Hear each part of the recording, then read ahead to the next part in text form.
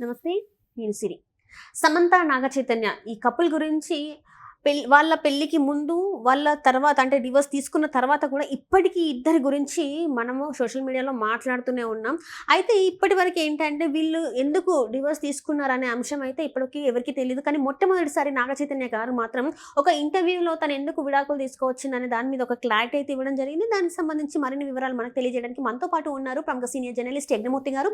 నమస్కారం సార్. నమస్తే సరే. సార్, ఇప్పుడు చూస్తుంటే చాలా రోజుల నుంచి చాలా మంది వెయిట్ చేస్తున్న ఒక క్వశ్చన్కి ఆన్సర్ నాగచైతన్య గారు ఇచ్చారేమో అనిపిస్తుంది. ఎందుకంటే ఇన్ని సంవత్సరాల నుంచి అసలు సమంత నాగచైతన్య ఎందుకు విడిపోయారు అనేది ఒక క్వశ్చన్ మార్క్ లా ఉంది. ఒక ఇంటర్వ్యూలో నాగచైతన్య గారు ఎందుకు విడిపోవాల్సి వచ్చింది అనేది కొంచెం ఎక్స్ప్లెయిన్ చేసినట్టు అనిపించింది. సో దీన్ని మనం ఎట్లా చూడాలంటారు సార్? ఇన్ని రోజుల తర్వాత ఎందుకు ఇట్లా అంటే పెద్ద విప్పారు అనుకోవాలా, లేకపోతే ఒక ఎండ్ కార్డ్ పెడదాం అనుకున్నారా? అంటే ఇంటర్వ్యూ అన్నప్పుడు ఖచ్చితంగా దీనికి సంబంధించినటువంటి పర్సనల్ లైఫ్ గురించినటువంటి ప్రశ్నలు ఖచ్చితంగా అనివార్యంగా వస్తూనే ఉంటాయి ఎవరికైనా సరే. ఇప్పుడు సెలబ్రిటీకి మనకి సినిమాల సంగతుల కంటే కూడా సెలబ్రిటీల పర్సనల్ లైఫ్ గురించి ఎక్కువ ఇంట్రెస్ట్ ఉండటం అనేది మనం చూస్తున్న విషయమే. సినిమా ఎప్పుడు వస్తూనే ఉంటాయి, అందరూ మాట్లాడుతూనే ఉంటారు ఆ సినిమా గురించి. ప్రతి ఒక్కరూ కూడా ఏదైనా సినిమా వస్తుందంటే దానికి సంబంధించినటువంటి ప్రమోషనల్ ఈవెంట్స్ ఎన్నో జరుగుతూ ఉంటాయి. ఆ సినిమాకి సంబంధించినటువంటి ప్రమోషనల్ ఇంటర్వ్యూస్ జరుగుతూ ఉంటాయి.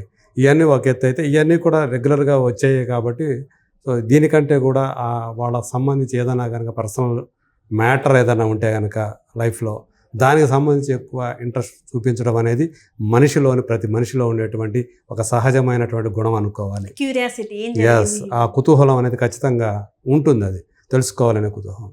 అలాగే నాగచైతన్య సమంత ఎందుకు విడిపోయారు, అంతకాలం ఒకరినొకరు అర్థం చేసుకొని ప్రేమించుకొని పెళ్లి చేసుకోమని చెప్పారు కదా.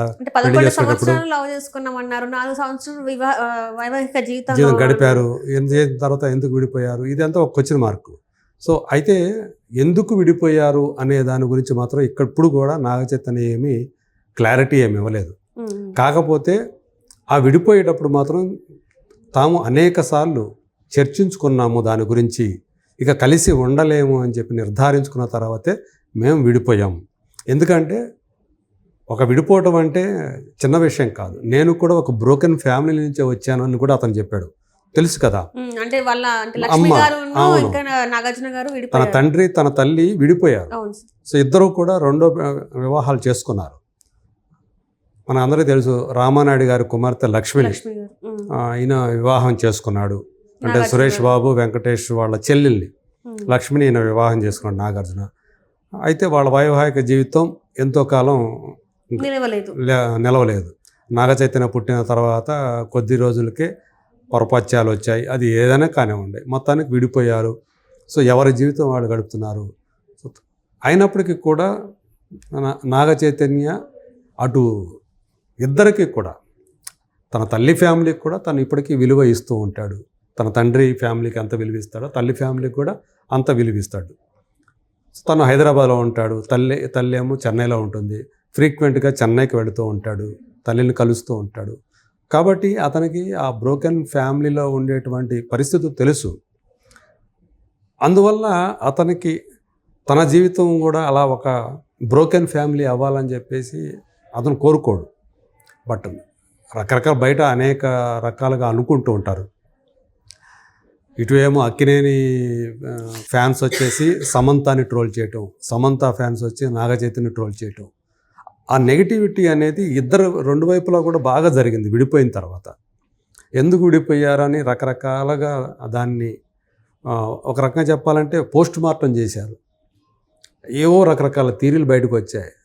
సో ఆమెకు సంబంధించినటువంటి పర్సనల్ లైఫ్లో ఏవో ఉన్నాయి, ఈయనకి సంబంధించినటువంటి పర్సనల్ లైఫ్లో ఏవో ఉన్నాయి. సో అందుగురించే ఇలాంటి జరిగింది. నాగచైతన్య సమంతను తట్టుకోలేక, ఆమె చేస్తున్న పనులు తట్టుకోలేక విడాకులు ఇచ్చాడు అని ఒక థియరీ. ఆ నాగచైతన్య చేష్టలు నచ్చక సమంత ఇక నీతో కుదరదని చెప్పేసిందని ఇంకొక థియరీ.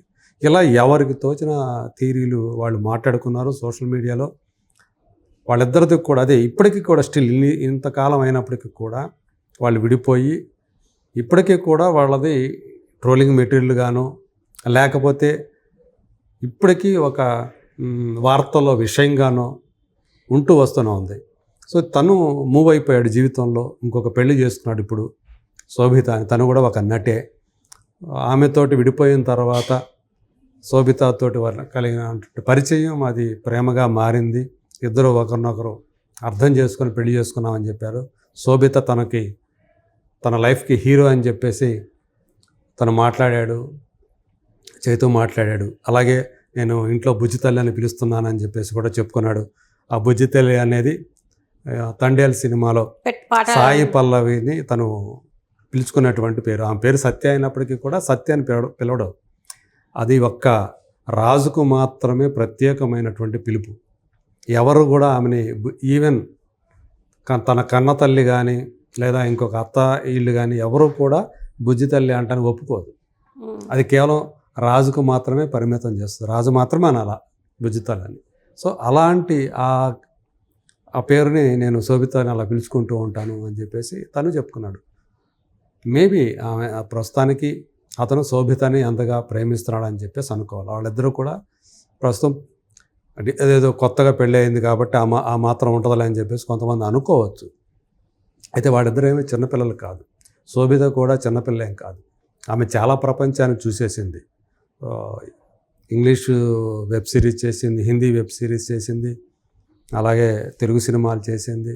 సో ఆమె ఆల్మోస్ట్ అంతా కూడా మన దేశమంతా తిరిగి తన వృత్తిలో భాగంగా అలాగే విదేశాలకు ఎంతో ప్రపంచాన్ని చూసిన, ఎంతో లోకాన్ని చూసిన మనిషి, ఎంతోమంది మనుషుల్ని దగ్గరగా మసలిన మనిషి.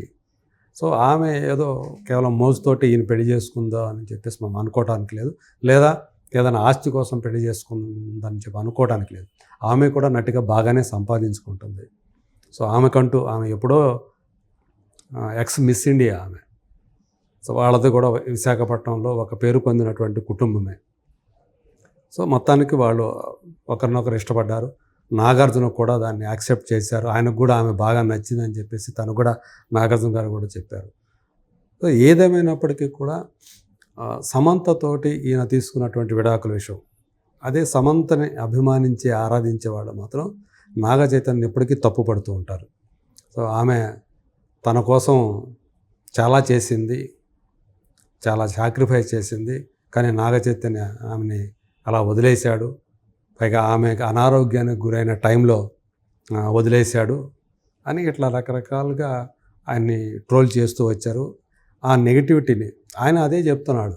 ఎందుకు ఇంకా ఆ నెగిటివిటీ ఎందుకు? మా ఇద్దరికి కూడా ఒకరి పట్ల ఒకరికి పరస్పర గౌరవం ఉంది. మేమిద్దరం ఇప్పటికీ గౌరవించుకుంటూనే ఉంటాం. ఆ గౌరవం అలా గౌరవించుకుంటూనే విడిపోయాం మేము.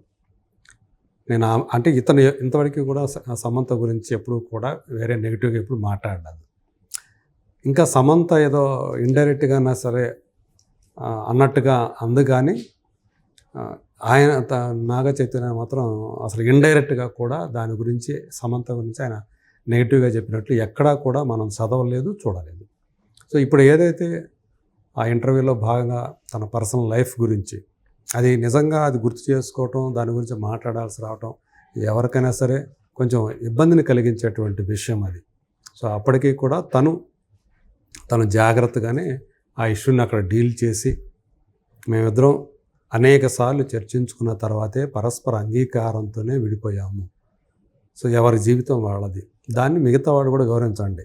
నా సొంత జీవితం మీద పెట్టే అటెన్షన్ని, ఆ టైంని మీ సొంత జీవితాల మీద పెట్టండి, మీ జీవితాలను చూసుకోండి అని చెప్పేసి తను ఏదైతే మెసేజ్ ఇచ్చాడో అది కరెక్ట్ అయినటువంటి మెసేజ్.